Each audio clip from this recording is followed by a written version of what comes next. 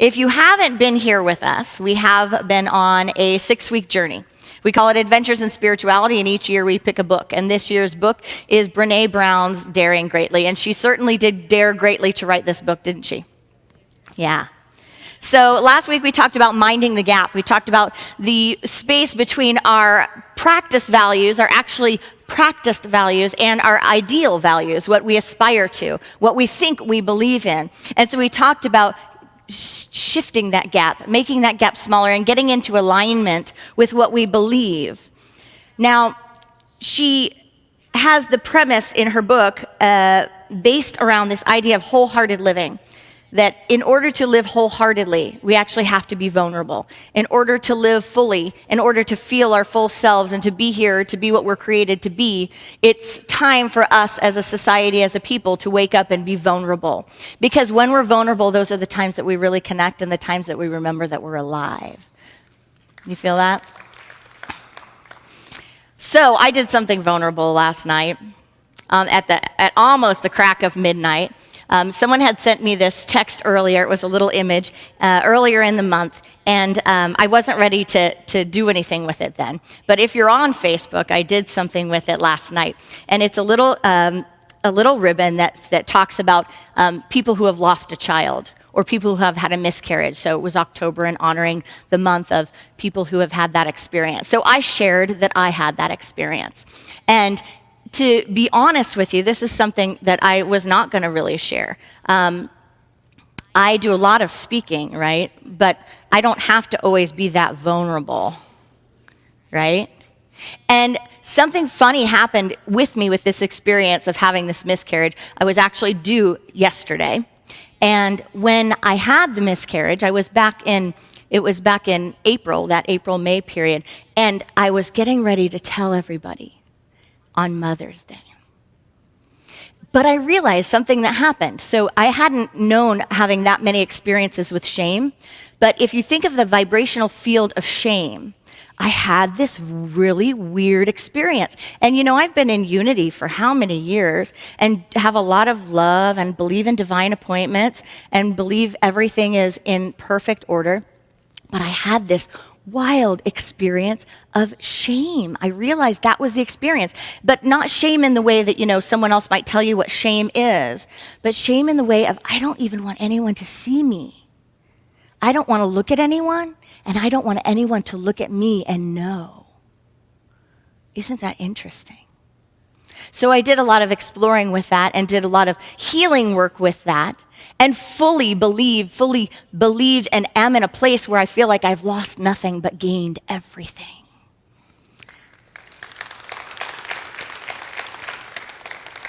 And I shared that only because we're in the middle of this series, Daring Greatly. And one of the things that, you know, kept coming up at that time was how often we share all of the good things and how infrequently we share the pieces that have pain. Right? How infrequently we share the places that really make us vulnerable. Like Facebook isn't totally full of things that hurt, right? There's a lot of like, here's me and my honey having our best day. It doesn't show when you and your honey got in a fight in the kitchen, right? It's here are my kids, me and my 5 kids, and here we are, right? But it doesn't show bedtime when all hell breaks loose, right? Or the time that you lose your temper. Right? Those are the things we reserve for those vulnerable moments. We reserve for those connections, right? But I shared that only to be in that space of presencing other people and to be on the other side of it, to celebrate life and to celebrate being vulnerable and daring greatly. I was recently on a flight. This week I took a flight for this engagement at my sister's house. Both my sisters live in the Hermosa Redondo area of LA. And so I took this week to go spend time taking care of my nephew. His mama needed me to step in for the week. And so with the whole family, I stepped in, and so I got to spend time with my nieces and nephews. But as I was flying there, I was on this plane to head to LA, and I had this really bad feeling, and I've learned enough that my intuition is really strong. I've learned enough to trust it, right? To trust it. Is anyone there? So, but it's also a little crazy. It's also unruly, and it doesn't come with a lot of information. Like there's no, guidebook that I can say, when I feel like this is going to happen, right? So I generally don't know, is it a catastrophic event? Is it something with family? What's going to happen? But I was getting ready to take off on this flight, and all of a sudden I just had this impending doom feeling like this, something's wrong, something's really wrong. So I did what I do, because I'm kind of one of those, I have a light soul on Sunday, but I can be quite a dark soul. And so I texted my family and just let them know so that they would feel comfortable during the flight. I just said, just so you know, I have a really bad feeling. Hold it in prayer. If this plane doesn't go down, just have a nice Irish wake for me and have fun and know that I'm good. So I sent that text off, and my mom replied back, and she said, I have that feeling too. I just got it like 10 minutes after I had it. And so anyway, long story short, we're up in the air flying, and about halfway there from Kansas City to LA, we were somewhere near Albuquerque, New Mexico, and all of a sudden they announced, is there a doctor on the plane? Is there a doctor or an EMT, anyone that is trained nurse, anything like that on the flight? And so something's going down. And so those professionals, thank God they were on that plane, they came up to the front for service, and then something happened that I've never had happen on a flight. The flight landed in Albuquerque to drop this person off that needed medical attention. But what it was a confirmation of that intuition, right? And what it was also a celebration that we all have gifts, do we not? We all have gifts to share. So as the doctor went up there to be with this person, I said a prayer. I started doing my prayer work. I started blessing. But I was in deep appreciation for the doctors, the medical staff, for those people that would get out of their seat. When you hear that call, when you hear something and they say, we need a blank in the house. Is there anyone who is this in the house? Right? There's something amazing, because they're calling forth a gift that you live your life to give. A gift that you invested your time, your energy, your money, your attention so that you could share. And it takes courage to share those gifts, doesn't it? It takes an immense amount of courage. But we're here, are we not, to share our gifts? We're here to dare greatly. We're here to answer the call. And if any of us think we haven't heard the call, if we've not been on that flight where we heard the sound and they said, I need you with your label, you with your training, you with your spirit, you with your source, you with your emotions, you with your personalized experience, you with all that you are, I need you to step forward. If you haven't had that experience yet, consider it had today. Because we are unique, unrepeatable expressions of the pattern of God on this planet, all here to give, all here to courageously circulate, listening to every intuition. You know that before I had the miscarriage, I woke up at about 8 weeks along. I woke up at 4 o'clock in the morning, and I sat up in a bed, and I said, it's gone. The baby's gone. And just a side note, so you can all not feel bad for me, I feel very much like this soul didn't even descend into the body. I feel very much like this was exactly what it was meant to be, and that this soul danced around, but it was in no way diminished by this experience. But I almost forgot that dream. I almost forgot waking up from it. I almost forgot the moment I was hushed back to sleep knowing it'll all be fine. Luckily, I had told 2 people that I had that dream, so they could remind me later when I didn't even know that I was given that gift. They could remind me that I was. Beautiful, isn't it? There is an intelligence, an energy, a light, and a life that binds us all, that is beyond what we could imagine, beyond the magnificence that we could label in this universe, and we're all here to live it and to make it to come alive. The Dalai Lama said the world is a spiritual democracy and you vote with your life. So are we willing to listen, to hear? Are we willing to engage? Are we willing to look at the places within ourselves that we have detached, that we have fallen asleep, that we have disengaged? And are we willing to say yes to re-engaging? Yes to being vulnerable, knowing that there is no harm that could ever come from us. The master teacher demonstrated one of the deepest harms that could happen to a person by the crucifix, by being crucified. And it said that he was laughing above, his energy field, his being was laughing above that, going, did you think that would take anything from me? From there, I press my energy into the ethers, atom smashing power of mind. I smash it into everywhere. so that it is available to everyone. Every bit of consciousness that came in me, through me, as me, is here for all of us. Amen? So there is no amount of pain or suffering, and I disagreed a little bit with the Daily Word this morning. It said something about we can't have pain, something about getting rid of all the pain. Where was it? Did you remember it? Did you hear it? Did anyone hear it? It's kind of an old school unity thing. Sadness, illness, we kind of like that one. But sadness, illness, and worry have no place in my life. Well, sadness sometimes does have a place, doesn't it? Now, suffering is another thing, because suffering is holding on to sadness. But sadness needs to flow through us, right? Just like joy, just like every other emotion needs to flow through us. Or what do? We get stuck in a past, we get stuck in a label, we get stuck in an idea, an 8-second moment that transforms our lives, that directs us on paths of darkness, that leaves us in the shadow of doubt in the valley of fear. We're not here to live like that. We're here to be fluid beings, are we not? We're here to get back into the game. So I urge us this morning to think, where have we stopped playing the game of life? Where have we stepped out and disconnected and said, I'm disengaging? In this area, in this field, in this way, I'm disengaging. Where have we done that? Because it's time, is it not, to get back in? Does the world need us all to be engaged, to be fully engaged? I believe it does. Like it or not, we are moving monks on this planet, each one of us ministering in each moment, just like that doctor was called forth on the plane, just like I got my little beautiful message. We are all moving monks on this planet Earth. And we're here to have an impact. And in fact, we're having an impact, whether we like it or not, aren't we? Brene Brown says that it's easier to put down, to laugh, to judge, to name call, than to have conversations, to have the real conversations, and to re-engage. She said that blame driving a vehicle always has shame riding shotgun.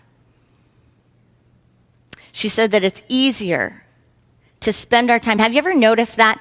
Have you ever noticed that the more you're in I'm not going to say the more farther along we are, because that's, black and white thinking, categorizing, right? I'm there, I'm not there. But the more we are in our centered self, the more we are in our awareness self, the more we're in our power and our presence, we don't have time, do we, to blame?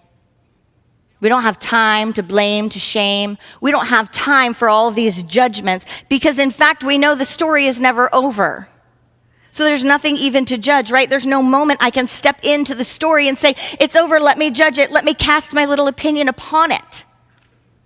It's never over. So the more we're in our center, right, in our power, the more we're uninterested in putting down, laughing at, name-calling, judging, the more we're actually interested in having real conversations. The more we're actually interested, right, in doing our own healing work, our own transformation work, so that we may come alive and we may be the field where others may come alive instead of disengaging. One of my favorite quotes of all time is Howard Thurman saying, that was Dalai Lama, the world is a spiritual democracy. Howard Thurman says, don't ask yourself what the world needs, ask yourself what makes you come alive, and go and do that, because what the world needs is people who have come alive. Amen? The world needs people who have come alive.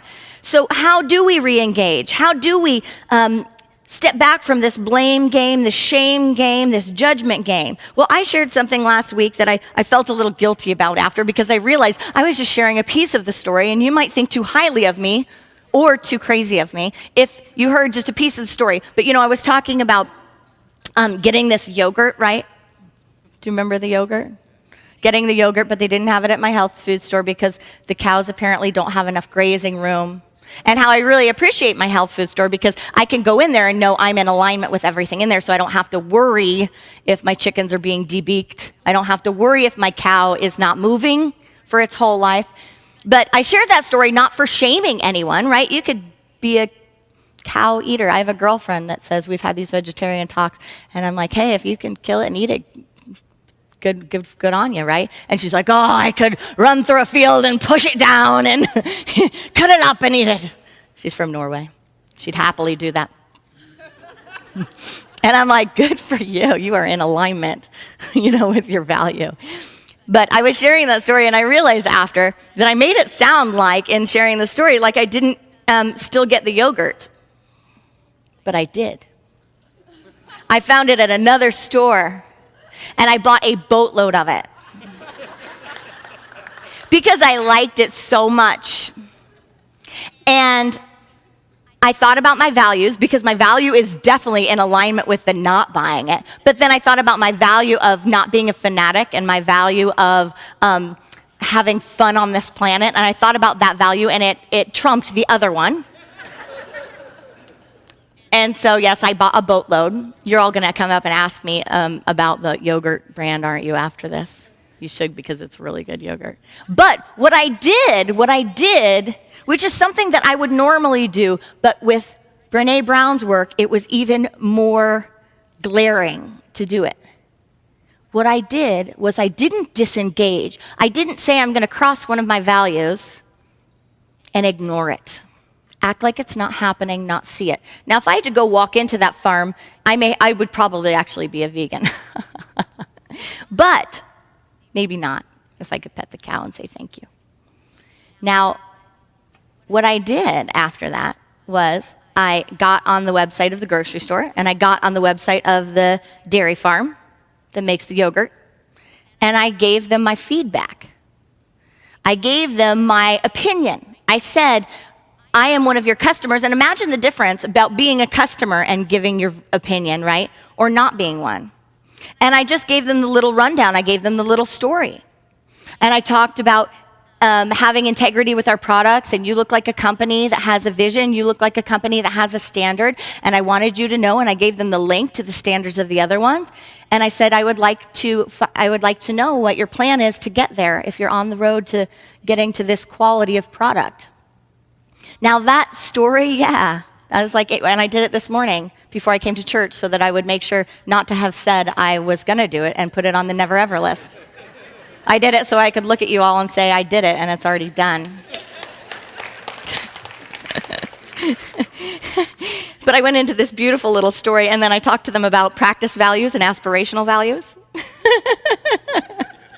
I'm going to enjoy getting the call back. But this example may be nonsense to you. You may validly judge, name call, whatever it is. I have a whole family in New York that calls me a tree hugger. Are you tree hugging hippies? But it's not about judging each other, is it? It's about being in alignment with our own values, right? It's about minding our own gap. And it's about not our stories being everyone's stories. It's about our stories igniting each other's stories, right? Because there's something that each of you is so passionate about, but there's a little part in your head that says, whatever I do, it won't make a difference. Whatever I do, it won't make a difference. My voice won't make a difference. Well, that's not a recipe for a democracy, is it? That's not a recipe for empowerment. What if the master teacher, what if saints and sages throughout the ages said, you know what? I don't have the internet. I don't even have a telephone. I got 12 people in front of me. What's that going to do? What is that going to do? What is that going to do if I live here at this time and space and I tell 12 little people that kind of fall asleep a lot, kind of are not always that smart, definitely don't have the passion I have? But what happens if I just tell them? Nothing. Might as well just, I don't know, go back to carpentry, because it's not going to make a difference. Right? Right? What we do makes a difference, does it not? Who we are has an impact. And there is a mystical field of vibration, a mystical field of reality too, that has a bigger impact than we can even imagine, right? Because when we step into living life boldly, when we step into our strength, when we step into our faith, when we step into our greatness, when we do this work in the invisible field, amazing things happen, do they not? Have you ever felt like you caused something, or you knew something that everyone knew, there's no way, and you even knew, there's no way I could have caused that, but whatever, I kind of sprinkled my fairy dust around and stuff moved. Stuff happened. I'm telling you, stuff happened. And maybe you wouldn't even tell anyone because it would sound so arrogant to say, like, you know what, I did this blessing and I resurrected a fly the other day. I actually did do that. I'm having too much fun today. I remember when I was 19 and I became a vegetarian and someone said to me, you know, it's not going to make a difference. It's never going to make a difference. It's never going to have an impact. It's never going to change anything. There's never going to be enough that it's going to make a difference. And it used to be that you could go to any restaurant, right? And it was hard to find anything vegetarian unless you were a rabbit and you wanted to eat a salad every day. It was really hard. But what's happened because of people living their values is not so much that we've created a world of everyone's the same, right? It's not that we've created a world where everyone should make the same choices or where we need to shame anyone for making different choices than we make. But we've created an impact. Is our world not different than it was 20 years ago as far as how animals are treated, products are treated, about health and the variety of choices there are out there? So the illusion is, and get this is the ego, right? The ego is the blamer, the shamer, all of that. Is like, if I live this, I can't make an impact unless I can what? Change everyone into being like me. Gross. Right? How awful would it be if everyone was the same? But do we see people around us that are passionate about something, that it ignites a higher consciousness within us? That it almost is like triggering the tuning fork that within us, even if it's something that I didn't have passion about, I see you doing your work. And all of a sudden, my life is on fire to a different degree in a realm that I never even knew I would dance in. I never even knew I might have an impact in that realm and bring that realm out to the world more. But I saw you alive with something that is based on truth, something that's based on integrity, something that's based on elevating the game. And you changed me. If we are all one, there cannot be a shift in one part without being a shift, without having a shift in the whole. Amen? So anytime there's a shift in one part, there is a shift in the whole. So are we ready to re-engage? Are we ready to stop saying that whatever I do won't make a difference? Are we ready to ask ourselves how we can enlarge our territory and how we can step into our strength? Shame, she says, can only rise so far in any system before people disengage to protect themselves. When we're disengaged, we don't show up, we don't contribute, and we stop caring. So let's re-engage. Let's look at systems that re-engage, and let's support them. Let's look at individuals that are engaged, and let's celebrate them. In Luke 12:49, it says, I have come to bring fire on the earth. How I wish it were already kindling, burning, ablaze. How I wish it were already kindling, burning, ablaze. It is ours to do, amen? We are here to come alive. Closing with some words from Renee.